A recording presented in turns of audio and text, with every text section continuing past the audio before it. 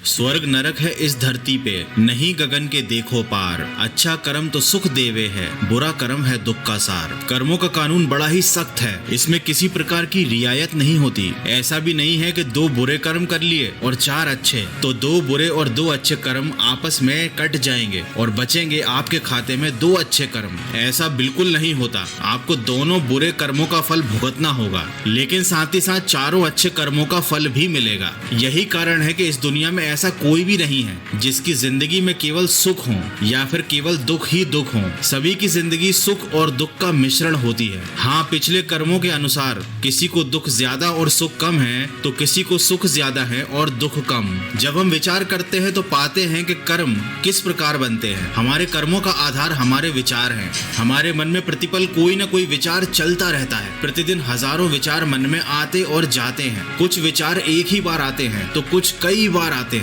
और जो विचार हमारे मन में बार बार आता है हम उस पर अमल कर लेते हैं और वह कर्म में परिवर्तित हो जाता है। यदि हमारे मन में अच्छे विचार आएंगे तो वे अच्छे कर्म बन जाएंगे, बुरे विचार आएंगे तो नतीजा बुरे कर्म होंगे। मन में हमेशा कोई ना कोई विचार आता ही रहता है, मन कभी शांत नहीं बैठता, और इसी तरह हमारे कर्मों का सिलसिला भी चलता ही रहता है। इसीलिए संत समझाते हैं कि अगर इस जन्म में और अगले जन्म में सुखी होना चाहते हो तो मनसा वाचा कर्मणा, किसी का भी मन से, कर्म से और वचन से ना बुरा सोचो और ना बुरा करो। बहुत से लोग सोचते हैं कि मरने के बाद स्वर्ग मिलता है। अरे मरने के बाद आपको जो भी मिलेगा उसका अभी आपके लिए क्या मोल। बहुत से लोग अपनी सारी जिंदगी स्वर्ग जाने की ख्वाहिश में और नरक से बचने की कोशिश में निकाल देते हैं, जबकि इसी धरती पर इसी जीवन में स्वर्ग और नरक दोनों मौजूद हैं। गोस्वामी तुलसीदास जी ने रामायण में इस बात का वर्णन किया है। उन्होंने कहा है कि ईश्वर ने इस धरती को कर्म प्रधान बनाया है। अगर आप अच्छे कर्म करेंगे तो यही धरती आपके लिए स्वर्ग बन जाएगी,